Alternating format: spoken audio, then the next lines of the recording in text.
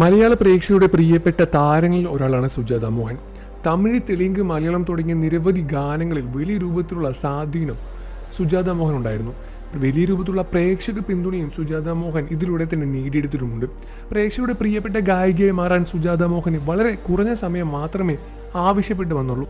ലോകത്തിൻ്റെ ഏതു കോണിലാണെങ്കിലും വളരെ ചുരുങ്ങിയ സമയം കൊണ്ട് തന്നെയാണ് സുജാത മോഹൻ്റെ ശബ്ദം മലയാളികൾ തിരിച്ചറിയുന്നത്.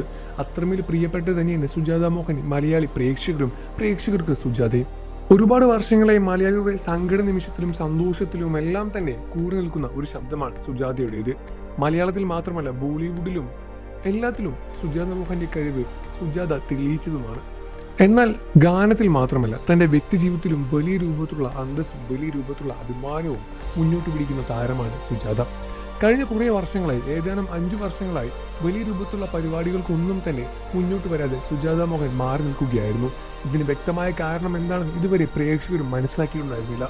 എന്നാൽ ഇപ്പോഴിതാ അതെല്ലാം തന്നെ വ്യക്തമായി വെളിപ്പെടുത്തി സുജാത മോഹൻ രംഗത്ത് വരികയാണ്.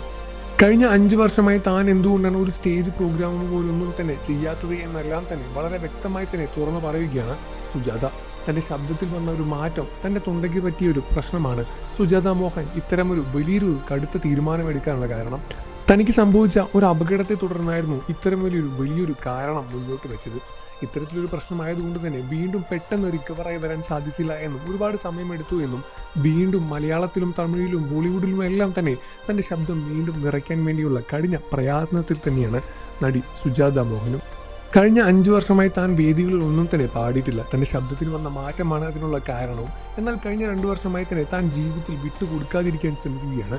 താൻ ഒന്നും തന്നെ വിട്ടുകൊടുക്കാതെ വീണ്ടും തിരിച്ചു വരാനുള്ള കഠിന പ്രയത്നത്തിലുമാണ് ഞാൻ. എല്ലാ ദിവസവും 2-3 മണിക്കൂർ ഞാൻ ഇതിനുവേണ്ടി മാറ്റിവെക്കാറുണ്ട്.